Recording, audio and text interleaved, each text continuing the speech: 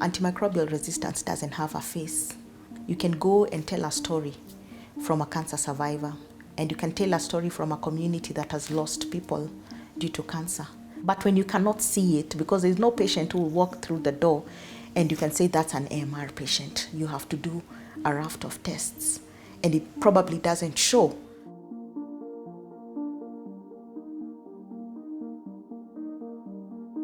AMR is a big challenge for every low and middle income country, including Kenya here.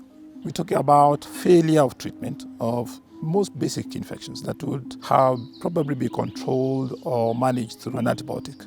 The worrying trend that would need addressing is where us as humans contribute to the increase in antimicrobial resistance.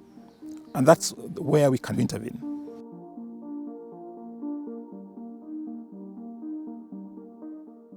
There has been a lot of usage of antimicrobials, but the problem has been that nobody does in the lab test to say that this patient requires antibiotic, this one doesn't require. It's usually a wholesale use of antibiotics for prevention of secondary infections. There is definitely a gap in terms of data. When you don't have concrete data, then making decisions becomes a problem. You cannot make policy decisions sometimes without local evidence. The other issue we need to tackle, especially at the level of policy, is for us to be able to put money where our mouth is. We must be able to assign resources to tackle this problem of AMR.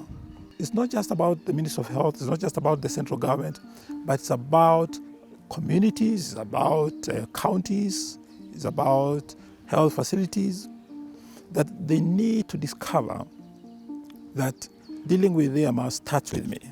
It's a slowly progressing pandemic. And when it reaches the peak, we may not have alternatives at that time.